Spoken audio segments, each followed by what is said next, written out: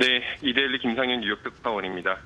네, 계속해서 12월 금리 인하 확률은 줄어들고 있고요. 그중에 그나마 다행인 점은 AI 반도체에 대한 투심이 다시 한번 좀 살아나고 있는 것 같습니다. 이 전반적인 지난 금요일의 상황 알려주시죠. 네, 지난주 금요일 나스닥이 일단 기술적 반등을 보이긴 했지만 시장 전반에서는 섹터별 로테이션과 변동성 확대가 계속 확인되고 있습니다.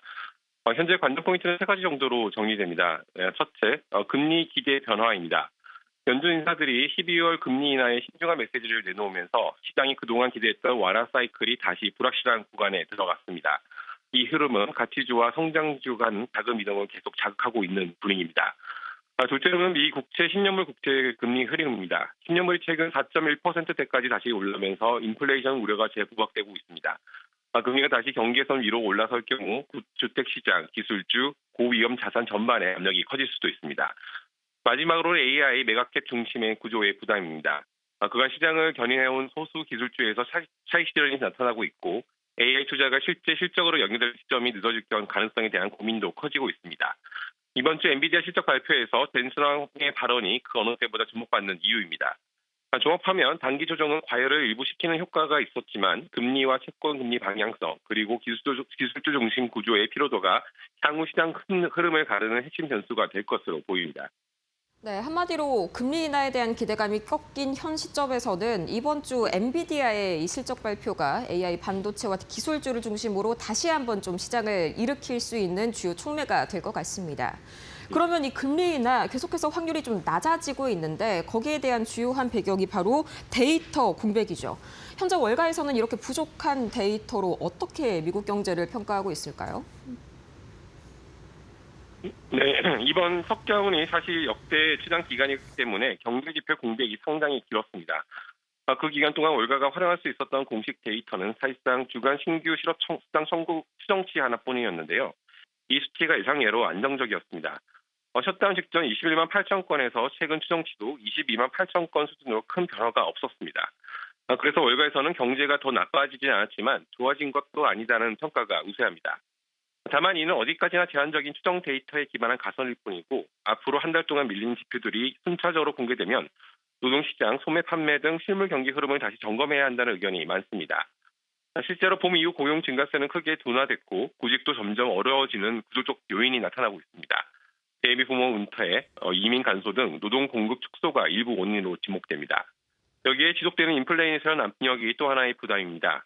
이미 물가 상승률은 3% 수준으로 연준 목표를 웃도는 가운데 봄철 고율 관세 인상이 잔여 물가에 완전히 반영되지 않았다는 분석이 많습니다. 이 때문에 월가는 12월 연준 금리 인하 가능성도 낮아지고 있다고 보고 있습니다.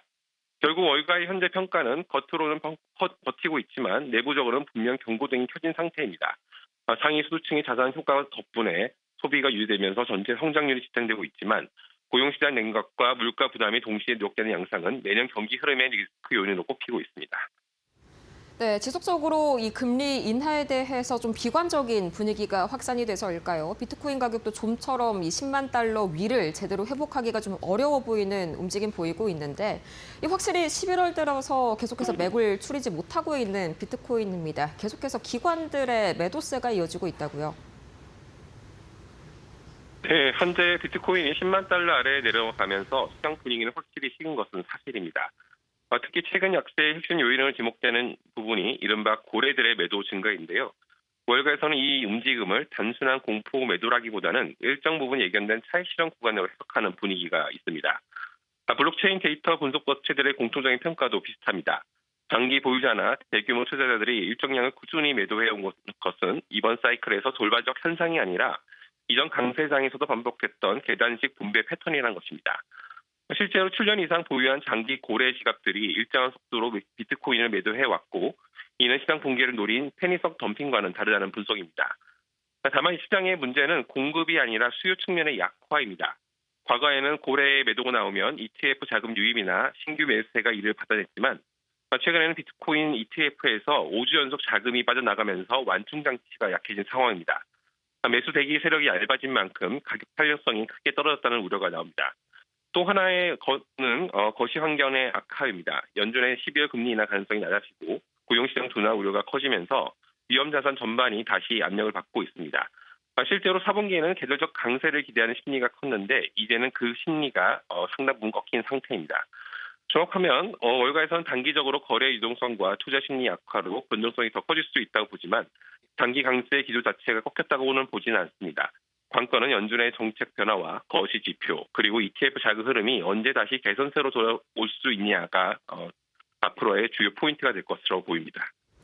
네, 확실히 금리 인하에 대한 실망감이 커진 것도 좀 이유가 상당 부분 작용을 했겠지만요. 사실 뭐 그전부터 계속해서 비트코인 가격은 좀 꺾인 상태를 유지를 해왔습니다. 이 고래들의 매도 물량을 받아왔었던 ETF, 이쪽의 자금 회복이 언제쯤 이루어질지가 관건이 될 것 같네요. 지금까지 김상윤 이데일리 뉴욕 특파원과 함께 지난 금요일까지의 뉴욕 증시 상황 같이 보고 왔습니다. 좋은 말씀 고맙습니다. 네, 감사합니다.